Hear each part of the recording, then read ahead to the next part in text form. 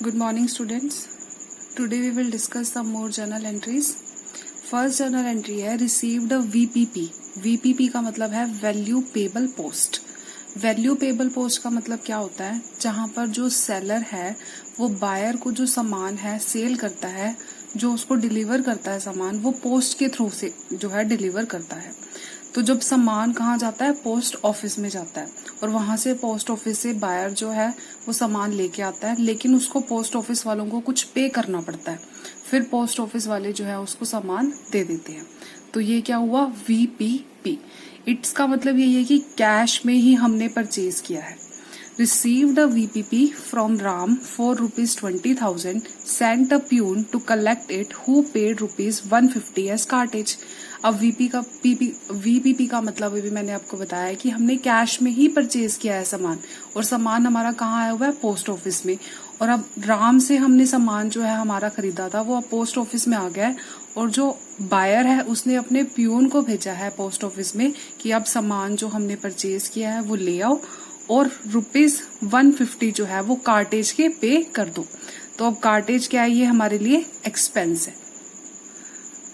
तो इसकी journal entry क्या हुई? अब हमने गुड्स परचेज किया है और परचेज किया है VPP. अभी मैंने आपको बताया कैश, तो राम का यहाँ पर कोई मीनिंग नहीं है. तो इसकी जर्नल एंट्री क्या बनी? मैं परफॉर्मा नहीं बना रही, अब हम सीधा जर्नल एंट्री करेंगे. फर्स्ट एंट्री हमारी हुई परचेज अकाउंट डेबिट. अब कार्टेज भी एक्सपेंस है हमारा. Cartage account debit to cash account. अब परचेज की हमने 20,000 की, कार्टेज पे किया है हमने 150. तो टोटल हमने कितना पे किया? 20,150. सेकेंड जर्नल एंट्री है paid ₹3,000 for subscribing for newspaper and magazines. अब हमने क्या किया है? न्यूज़पेपर और मैगजीन लगवाए हैं अपने ऑफिस के लिए, और उसके लिए हमने क्या पे किया है? 3,000. अब ये क्या है? छोटे मोटे खर्चे ही हैं. तो छोटे मोटे खर्चों के लिए, जो ये सारे खर्चों के लिए हम एक अकाउंट बनाते हैं जिसको हम क्या बोलते हैं? Miscellaneous expenditure account. अब नाम से ही क्लियर है ये क्या है? हमारा एक्सपेंडिचर है. और एक्सपेंडिचर हमारे एक्सपेंसेस वो क्या होते हैं? डेबिट होते हैं. तो हमारी जर्नल एंट्री क्या बनी? Miscellaneous expenditure account debit 3,000 to cash account 3,000. Next entry है received ₹500 from the sale of old newspaper and magazine. ये भी हमारे क्या है? मिसलेनियस खर्चे हैं. मिसलेनियस खर्चे थे ये हमारे, लेकिन अब हमने क्या कर दिया? इनको सेल कर दिया. अब ये हमारे लिए क्या हो जाएगी? इनकम हो जाएगी. तो अब इनकम को हम क्या करते हैं? क्रेडिट करते हैं. और हमारे पास क्या आया? कैश आया. कैश आता है तो हम उसको क्या करते हैं? Debit. Cash account debit 500 to miscellaneous income account 500. Next journal entry है हमारी गुड्स डिस्ट्रॉयड बाय फायर. ये एंट्री हम कर चुके हैं. कॉस्ट प्राइस गिवन है हमें 1,60,000. तो इससे कौन कौन से अकाउंट्स पे अफेक्ट पड़ा? एक तो loss by fire. Loss by fire क्या है हमारे लिए? एक्सपेंस है. लॉस बाय फायर ये लॉस हो गया, और लॉस को हम क्या करते हैं? डेबिट करते हैं. अब क्या क्रेडिट करेंगे? परचेज, क्योंकि हमारे जो परचेज हैं वो क्या हो गई? कम हो गई. और कितने से? 1,60,000 से. हमेशा कॉस्ट प्राइस ही मेंशन करना है आपको, मार्केट वैल्यू जो है वो मेंशन नहीं करनी. नेक्स्ट है हमारा salaries paid ₹80,000 and salaries due. Owing means due means outstanding ₹20,000. अब हम इसकी अलग अलग एंट्री भी कर सकते हैं और इसकी एक ज्वाइंट एंट्री भी कर सकते हैं. सैलरी पे की तो इसकी एंट्री क्या होती है? Salary account debit to cash account. अब हमने सैलरी कितनी पे की है? सैलरी पे की है हमने 80,000 की.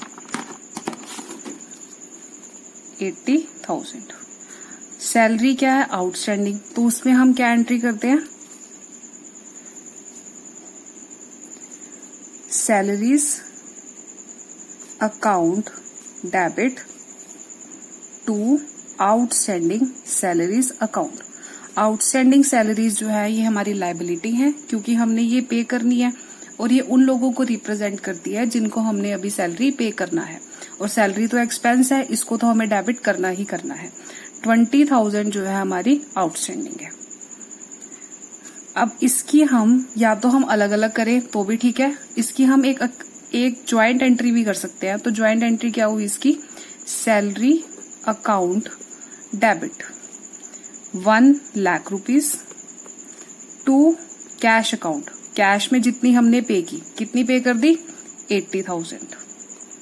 अब बाकी क्या है, आउटस्टैंडिंग, आउटस्टैंडिंग सैलरी अकाउंट 20,000। दोनों में से आप कोई भी मेथड अडॉप्ट कर सकते हो। तो ये एंट्री हमारी क्या हुई, कंपाउंड एंट्री हो गई। नेक्स्ट है हमारी paid income tax ₹80,000 by cheque. अब हम एक प्रोप्राइटर है, उसने क्या किया, इनकम टैक्स पे किया है। इनकम टैक्स, इनकम हमारी खुद की है और उसके ऊपर हमने क्या पे करना है, टैक्स पे करना है। और हमने वो टैक्स जो पे किया है वो कहाँ से किया है, बिजनेस में से पैसा निकाल के किया है। तो ये इनकम टैक्स क्या है, ये मेरे पर्सनल खर्चे हैं। पर्सनल खर्चे मीन्स ये क्या है, ड्राइंग्स है। तो इससे हमारे कौन कौन से अकाउंट्स पे अफेक्ट पड़ा, एक ड्राइंग्स अकाउंट पे, और पेमेंट मैंने किससे की है, चेक से, मतलब बैंक से। तो हमारी क्या जर्नल एंट्री बनी इसकी, ड्राइंग्स। जो भी हमारे पर्सनल खर्चे होते हैं वो हमारी क्या होती हैं, ड्राइंग्स होती हैं। Drawings account debit to bank account. अब कितना पे किया है हमने, 80,000।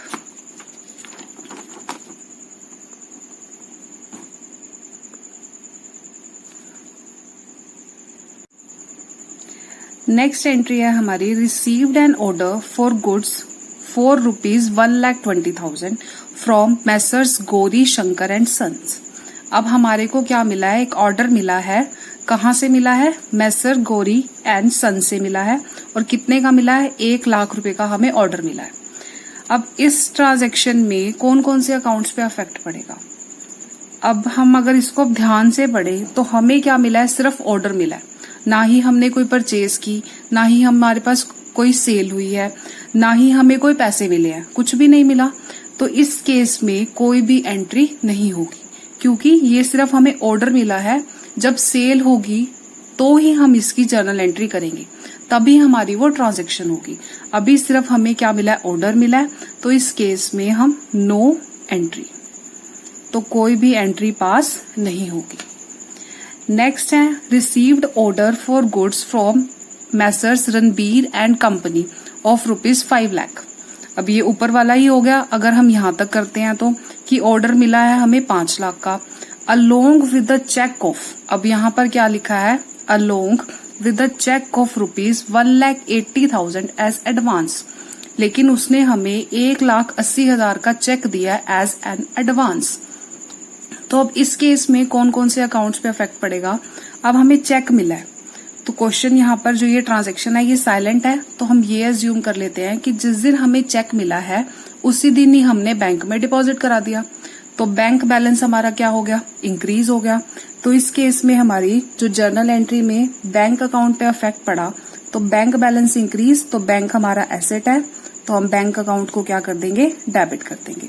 कितने से, 1,80,000 से, क्योंकि हमें जो चेक कितने का मिला है, 1,80,000 का। अब दूसरा क्रेडिट किसको करना है हमने। अब यहाँ पर देखो हमें सिर्फ ऑर्डर मिला है और एडवांस में मिला है, अभी हमने कोई भी सेल नहीं की। तो ये जो है किसने दिया है हमें cheque, Messrs Ranbir and company 1,80,000। अभी हमें सिर्फ चेक मिला है। जब हम सेल करेंगे तो हम सेल की एंट्री करेंगे। अभी तो सिर्फ चेक मिला था और हमने उसको डिपॉजिट करवा दिया है। नेक्स्ट है, placed order for goods with Messrs Kohli and sons. अब हमने ऑर्डर दिया है 2,50,000 का, तो यहाँ तक तो कोई भी एंट्री पास नहीं होगी। आगे लिखा है पेड देम, अब हमने पे किया है ₹1 lakh by cheque in advance. अब हमने पेमेंट कहाँ से की? बैंक से की। तो अब क्रेडिट हम किसको करेंगे? To bank account. बैंक में से बैलेंस कम हो गया, कितना? 1 लाख रुपीस। अब यहाँ पर हमें सामान मिला नहीं तो हम परचेज को डेबिट नहीं कर सकते। अब हम यहाँ डेबिट किसको करेंगे? MS कोहली एंड सन्स को डेबिट 1 लाख रुपीस। और हम यहाँ ब्रैकेट में भी लिख देंगे एडवांस, जिससे क्लियर हो जाएगा कि ये हमने एडवांस में पे किया है, ये एडवांस हमें मिला है और ये हमने एडवांस में पे किया है।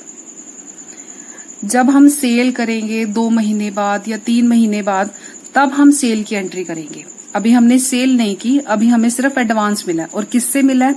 रणबीर एंड कंपनी से मिला है, तो इसलिए हमने यहाँ रणबीर एंड कंपनी जो है उसको क्रेडिट किया है। और यहाँ पर भी हमने पे किया है, पे किया ना MS कोहली एंड सन्स को, ये सप्लायर है हमारे, हमने क्या किया? उनको पे किया एडवांस में बैंक से। अभी हमने कोई सामान हमें मिला नहीं है तो इसलिए हमने यहाँ परचेज को डेबिट नहीं किया। तो यही था हमारा आज का लेक्चर, और ये लास्ट लेक्चर था जर्नल एंट्रीज का। ये चैप्टर जो है हमारा कंप्लीट हो गया है। आई होप आपको ये चैप्टर जो है वो अच्छे से क्लियर हो गया होगा। Thank you.